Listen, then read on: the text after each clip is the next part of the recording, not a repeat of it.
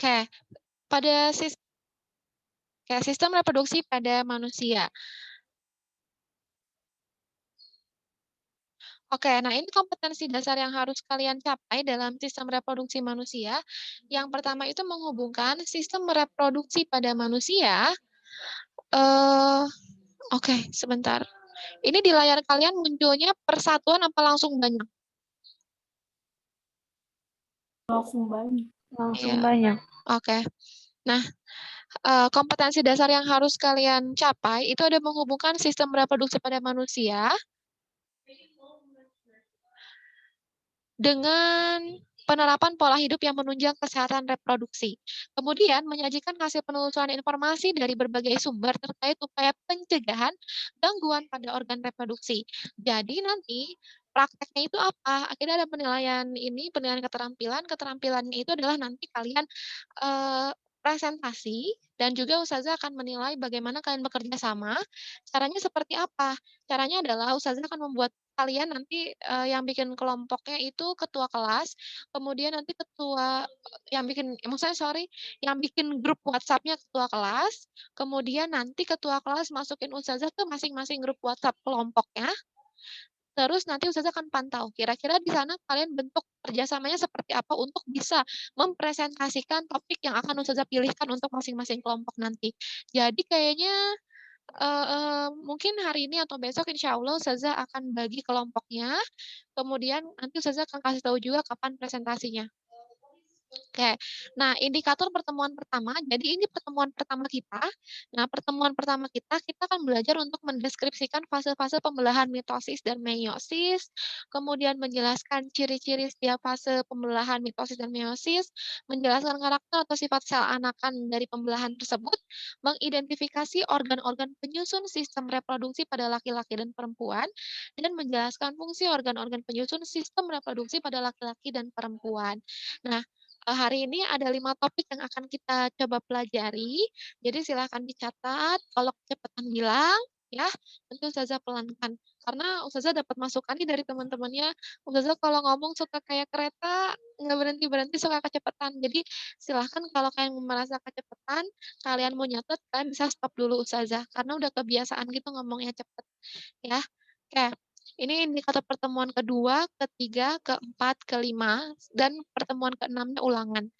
Sebentar, ini Ustazah next. Oke, jadi ada tabel penugasan sesuai dengan pertemuan. Jadi insya Allah IPA itu kita akan ada 6 kali pertemuan, ya. Ini pertemuan pertama sampai pertemuan kelima itu materi. Kemudian pertemuan berikutnya itu oke, hari ini ustazah ngejelasin materi pertama, tugas hari ini adalah mengumpulkan catatan, kemudian nanti pertemuan berikutnya di minggu kedua itu mengerjakan kuis. Jadi habis itu ustazah jelasin, nanti kalian ngerjain kuis. Kuisnya nggak banyak, mungkin 5 atau 10 soal aja, ya. Habis itu kalian tugas yang ketiga, di pertemuan ketiga ngumpulin catatan. Nah, kemudian di pertemuan keempat nanti kan ngerjain uji kompetensi yang ada di buku paket elektronik yang ustazah udah kasih. Jadi, kalau kalian udah mau mulai ngerjain dari sekarang, uji kompetensinya boleh, ya, karena itu akan jadi tugas. Nah, kemudian ada tugas kelima, yaitu belajar kelompok. Jadi, setiap pertemuan itu pasti ada tugasnya. Ini mohon maaf ya memberikan masukan kepada ustazah. Ustazah tugasnya kurangin dong, gimana dong ngasih tugas tuh hobi, jadi nggak bisa dikurangin. Jadi mohon maaf ya sama yang ngasih masukan, tugasnya dikurangin, belum bisa, ini udah cukup kok, insya Allah 5 tugas itu cukup. Kemudian tugas kelima itu bekerja kelompok. Nah, penilaian kerja kelompoknya dinilai dari apa? Dinilai dari hasil presentasinya, dinilai dari laporannya, dan juga dinilai dari kekompakan dan kerjasamanya di grup. Makanya nanti ustazah masuk grup WhatsApp kalian, kalian diskusikan semua terkait topik presentasi di grup. Nanti ustazah lihat, oh ini mah anaknya nggak aktif, oh kalau yang ini anaknya interaktif gitu. Jadi kalau kalian mau mulai aktif untuk menjawab, mulai aktif untuk di kelompok, mulailah dari sekarang setelah pembentukan kelompok nanti. Oke, setelah itu ada ulangan harian, kemudian ada remedial jika nilai kurang atau nilainya ingin ditambah, kemudian ada pengayaan. Jadi kalau soal nilai Ustazah sangat terbuka sekali ya. Kalau kalian mau nilainya 100 semua, kita bisa usahakan sama-sama. Yang penting apa? Yang penting jujur. Jangan takut nilai jelek, yang penting kita coba yang terbaik dulu sekarang dan berusaha untuk terus jujur. Oke, lanjut ya. Eh, ada sistem reproduksi manusia, ada nih ayat yang ingin Ustazah keluarkan. A'udzubillahi minasyaitonirrajim. Bismillahirrahmanirrahim. Laqad khalaqnal insana fi ahsani taqwim. Ini kira-kira surat apa? Ada yang tahu? Atin bukan Ustazah. Betul, Nasyira. Betul, Masya Allah, barakallahu fiik, Nasyira. Atin ayat berapa, Nasyira?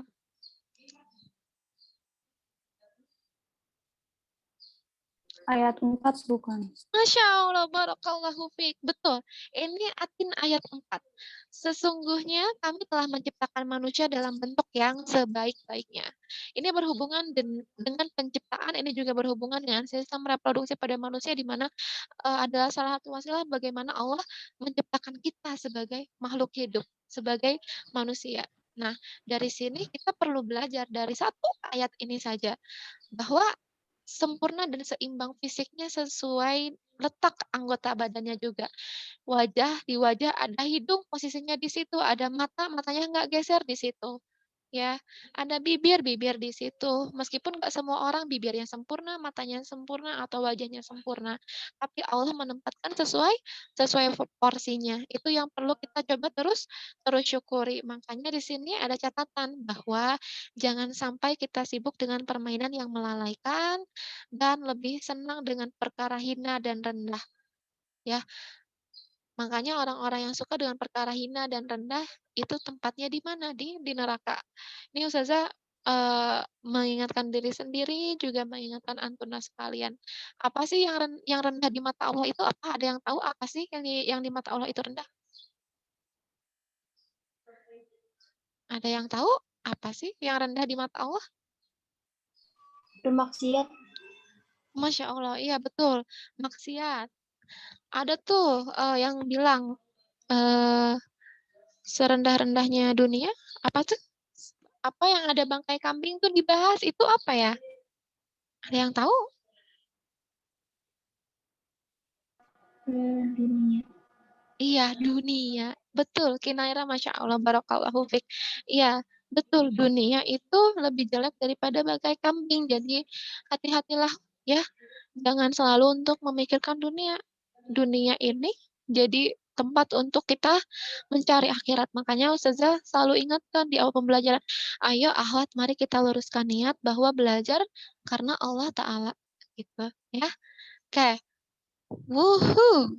Nah, you have more, you must genuinely thank more. Jadi kalau kamu ingin merasa punya segala hal gitu, untuk memiliki banyak hal, maka kamu harus lebih banyak bersyukur, lebih banyak berterima kasih sama Allah gitu.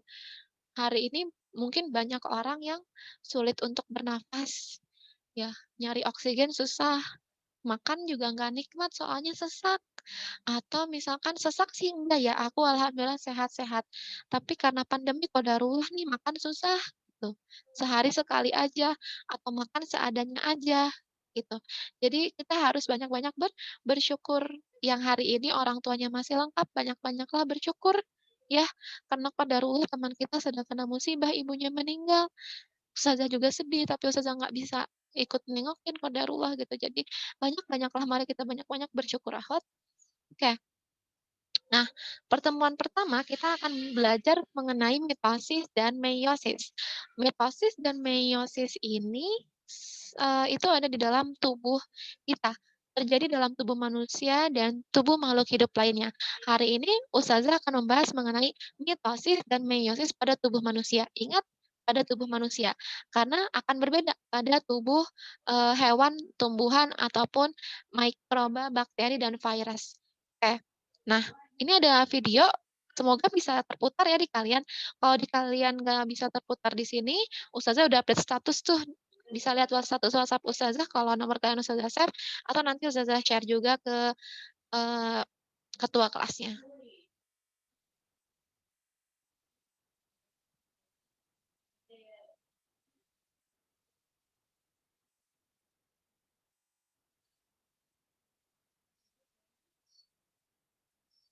Ini nggak ada suaranya sih.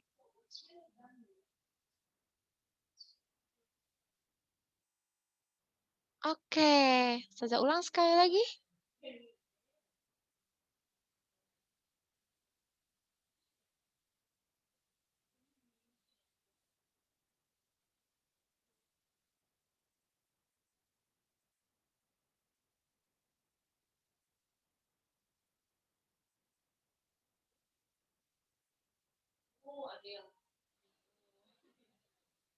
Oke, kira-kira ini video tentang apa sih, Ahwat? Ada yang bisa memberikan pendapat?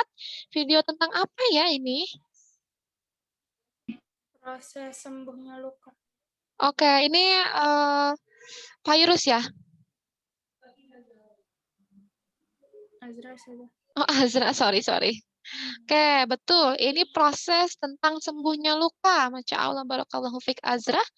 Nah, sekarang kalian lihat kuku-kuku kalian. Ada yang belum digunting, ada yang udah dipotong tapi panjang lagi. Itu proses apa sih namanya? Ada yang tahu nggak? Tumbuhan kuku. Siapa yang menjawab? Silakan diulangi. Itu apa ya? Proses apa ya? Pertumbuhan kuku. Oke, virus pertumbuhan kuku. Tadi ada lagi yang menjawab barengan sama virus. Siapa ya? Meskipun jawabannya sama, tidak. Siapa? Nuri Ustazah. Oh, Nuri. Masya Allah. Barakallahu fiq Nuri. Oke. Syukran kepada virus dan Nuri. Betul ya jawabannya itu pertumbuhan kuku. Nah, ini juga salah satu contoh pertumbuhan lainnya. Ini ada pertumbuhan manusia. Nah, pertumbuhan ini berhubungan dengan mitosis dan meiosis. Kira-kira pertumbuhan itu mitosis atau meiosis ya. Nah, ini yang akan kita pelajari. Kemudian ini tentang sperma dan ovum. Ini juga akan berhubungan dengan mitosis dan meiosis. Nanti kita akan belajar tentang mitosis dan meiosis dan kita dapat membedakan. Harapannya bisa sampai membedakan apa bedanya mitosis dan meiosis. Oke, nah sekarang gunakan internetmu dan cari tahulah mengenai mitosis dan meiosis. Just in maybe 3 minutes ya, or 5 minutes, silakan mulai dicari apa sih itu mitosis dan meiosis. Kemudian nanti Ustazah akan memberikan peluang kepada salah satu dari Antuna untuk menyampaikan pendapatnya tentang meiosis dan mitosis dari hasil searchingnya. Silakan di-searching dulu tentang mitosis dan meiosis, Ahwat. Ustazah, aku izin matiin kamera ya. Iya, iya nggak apa-apa. Yang di handphone biasanya kameranya mati karena searching. Oke, silahkan ya. Waktunya 3 menit saja ya.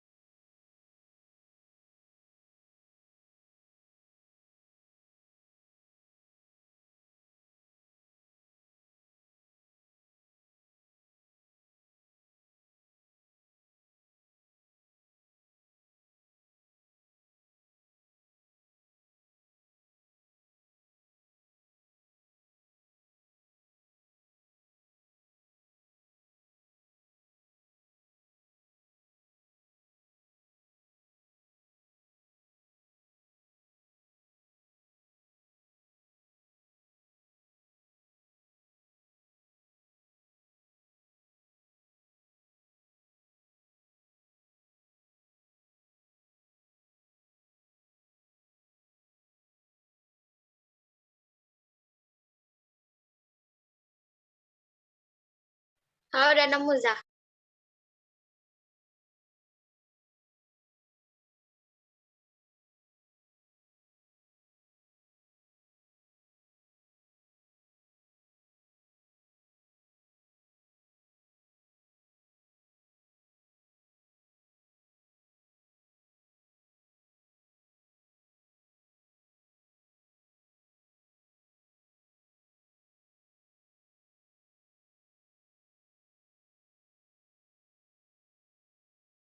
Oke, apa yang Halwa temukan?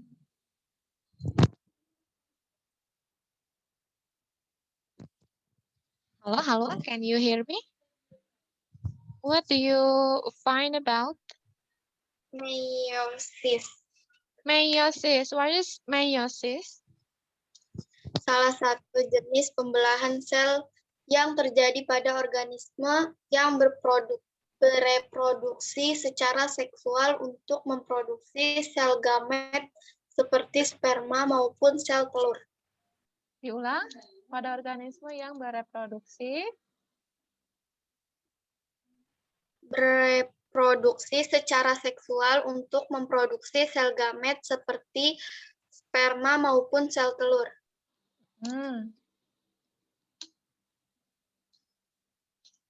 Oke, syukron, jazakillahu khairan. Hawa, ada lagi yang menemukan? Nuril Zah. Siapa? Nuril? Oke. Nuril, long time no see. Oke, Nuril silahkan. Mitosis. Mitosis itu pembelahan sel melalui tahap-tahap profase, metafase, anafase, dan telofase. Diulang, pembelahan. Pembelahan sel Pembelahan melalui sel. melalui profase, metafase, anafase, dan fase, anafase, telofase. Anafase dan telofase. Oke, syukron, jazakumullahu khairan. Kita cukupkan dulu ya masukan dari teman-temannya. Kurang lebih ini yang akan kita pelajari. Nah, dari jawaban Hawa, kita udah ke spoiler nih. Ternyata adanya sel telur dan sel sperma ini dipengaruhi oleh adanya meiosis. Nah, ketemu tuh. Bagaimana dengan pertumbuhan kuku? Bagaimana dengan pemulihan luka? Kira-kira itu mitosis dan meiosis ya. Nah, nanti kita akan pelajari selanjutnya. Oke. Ini yang masih searching kita stop dulu ya. Kita lanjut lagi belajar ya. Oke, silahkan mulai mencatat kembali. Ini tadi masukan dari temennya. Oke. Mulai ada gambaran mengenai mitosis dan meiosis. Nah, ini dia. Dari kesimpulan yang Ustazah dapatkan, nanti kalian bisa bikin simpulan yang lain selain dari simpulan Ustazah. Mitosis itu adalah pembelahan sel yang identik, sedangkan kalau meiosis itu pembelahan sel yang menghasilkan setengah kromosom. Wah, kesimpulan, ya. Ada yang berbicara? Oke. Wah, apa nih gitu. Nanti akan kita temukan berikutnya. Nah, sekarang kita akan lihat mitosis. Mitosis itu produce body cell. Artinya dia memproduksi sel-sel pada tubuh kita. Itu mitosis. Nah, dia, look at this one. Mitosis, kalau kita lihat body cell, nah, mereka itu sama. Ini warnanya coklat, punya satu lingkaran, yang beda di sini ekspresinya aja. Kalau ini tambahan. Jadi bentuk selnya sama. Semuanya sama. Warnanya juga sama. Nah, jadi kira-kira mitosis itu apa ya? Nah, kira-kira kalau dari gambar ini mitosis itu apa? Ada yang bisa mulai mendefinisikan tentang mitosis? Pembelahan sel. Betul, pembelahan sel, Nuri? Ada kata keywordnya. Look at this picture. Oke, pembelahan sama. Siapa yang jawab sama? Azra, Masya Allah. Azra. Ya, betul. Pembelahan sel tapi hasilnya sama. Itu adalah mitosis. Dan itu terjadi di sel-sel kulit kita. Ya. Nah, ini dia. Oke. Nah, how about this one? Oh, no. Nah, harusnya kalau dalam mitosis dia menghasilkan sel yang sama. If the color is red, the right one is red too. And now, look at this. This color is blue. Nah, ini itu menunjukkan there is something wrong. Ada hal yang salah di sini. Nah, dilihat dari apa? Dilihat, kalau di sini kita dilihat dari warnanya. Nah, this is the colors. Ini ilustrasi ya semuanya. Ini semuanya ilustrasi. This is the color of skin cells and this is the color of stomach cells. Nah, how about this one? Jadi, ketika terjadi mitosis atau pembelahan, tadi yang kata Nuri, dia membelah harusnya menjadi sel skin juga. But why it's become stomach cell? cells. Nah, ini adalah salah satu contoh dari cancer. Nah, cancer itu yang harusnya kita produce sel yang sama dalam mitosis, but kita malah produce the different kind of cells. Atau kita memproduksi sel yang too much, terlalu banyak. Contohnya orang yang kena penyakit kulit, yang kulit itu kayak bertanduk gitu. Dia menghasilkan banyak sel kulit melebihi apa yang kita butuhkan. Nah, sel kulit itu akan terbentuk sesuai dengan kebutuhan kita harusnya. Kayak misalkan nih, kulit kita mati dalam beberapa hari misal, kemudian itu akan diganti dengan sel-sel kulit yang baru. Makanya di dalam tubuh kita kenapa ada sel-sel kulit mati, kayak gitu, dan dia akan diganti dengan sel yang baru. Ini diakibatkan oleh adanya mitosis. Nah, tapi kalau kebanyakan itu yang bikin bisa cancer. Nah, dasar-dasar dari mitosis ini yang dipelajari oleh para saintis untuk identify sel-sel cancer. Seperti itu ya, Ahwat. Jadi ini salah satu manfaat dari mitosis. Oke. Nah, dalam mitosis atau pembentukan sel baru yang sama persis dari skin cell satu jadi skin cell berikutnya yang sama persis atau identik, ya, itu ada tahap-tahapnya. Tahap yang pertama itu adalah interfase atau dalam bahasa Indonesia interfase. Nah, di mana sel itu tumbuh, growth, and DNA replication. At the first one, DNA itu sebenarnya cukup tidak beraturan bentuknya. Kemudian sendiri-sendiri kayak rambut. Kebayang? Sendiri-sendiri kayak rambut banyak kayak gitu. Nah, di interface ini dia ada DNA replication, di mana DNA-nya disusun secara rapi di tahap interfase ini. Kemudian ini tuh DNA apa nih? Oh, ternyata ini DNA untuk sel kulit. Maka dia akan membentuk sel yang berfungsi untuk melindungi kulit atau sel yang berfungsi di permukaan kulit gitu. Jadi spesifik. Nanti di tahap interfase ini dia yang mendefinisikan fungsi dari sel tersebut.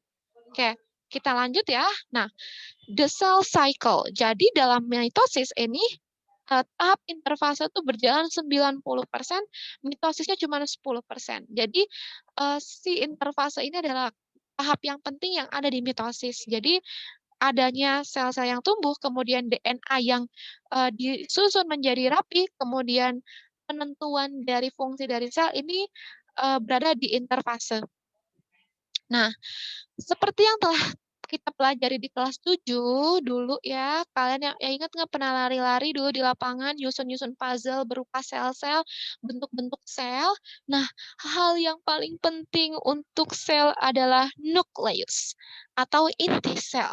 Di mana di dalam nukleus itu ada DNA. Nah, DNA ini yang akan membuat ketika sel satu itu dibuat akan sama persis dengan sel yang lainnya. Itu adalah struktur DNA-nya sama persis. Jadi yang menentukan sama persis atau enggak adalah struktur DNA-nya. Jadi Allah menciptakan sel ini itu mengatur sampai sekecil itu. Di dalam nukleus itu ada DNA dan DNA ini yang bikin sel-sel itu harus bisa sama persis gitu. Oke, sekarang kita lihat bagaimana DNA ini bisa kita replikasi biar bentuk selnya itu nanti sama persis. Oke. Ini tadi yang kata temennya, kata virus ya? Apa Azra? Mengenai selnya itu identik. Oke. Nah, di dalam DNA itu ada yang namanya kromosom. Ya, ini namanya kromosom. Kemudian di dalam tubuh kita itu harusnya ada 46 kromosom. Kalau nggak ada 46 kromosom, kita akan menderita kelainan. Jadi masing-masing orang, masing-masing sel di sini juga punya 46 kromosom. Nah, oke. Nah, kromosom kita banyak banget. Ini salah satu ilustrasinya. Oke. Nah, terus ini akan Ustazah kasih nama-nama baru. Kayak di sini ada beberapa kromosom. Ada yang namanya centromere. Centromere is part of chromosome where sister chromatid are held together. Nah, di sini ada centromere nih yang menghubungkan kromatid. Ini kromatid ya, yang cuma sebelah ini kromatid 1 dengan kromatid 2. Ini dihubungkan oleh sentromer yang di tengah. Diulang, kromatid 1, kromatid 2 dihubungkan oleh sentromer di sini. Nah, sekarang kita lihat. Satu kromosom, jadi ini disebut satu kromosom keseluruhan, mau dia cuma sebelah atau dia ada dua-duanya disebutnya kromosom. Satu kromosom, di sini ada satu kromatid. Oke, sedang setelah diduplikat, dia ada satu kromosom itu keseluruhan, yang penting ada sentromernya dan ada kromatidnya, meskipun kromatidnya cuma satu, itu dapat disebut kromosom. Ya, sekarang diduplikat, nah ini tetap disebut satu kromosom karena ada kromatid dan juga sentromernya, tapi kromatidnya sekarang ada 2, tetap disebut sebagai satu kromosom. Hati-hati, ya. Ini pemahaman yang harus kita ngerti di awal.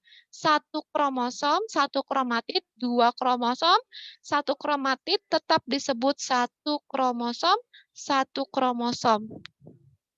Ya, kayak ini hati-hati pemahamannya, meskipun kromatidnya ada 2 tetap disebut satu kromosom, meskipun juga cuma ada satu disebut satu kromosom. Oke. Nah, ini dia yang akan terjadi di tahap interfase, di mana at first we have just 46 chromosomes dan 46 chromatid and it's replicated, ya, atau duplicated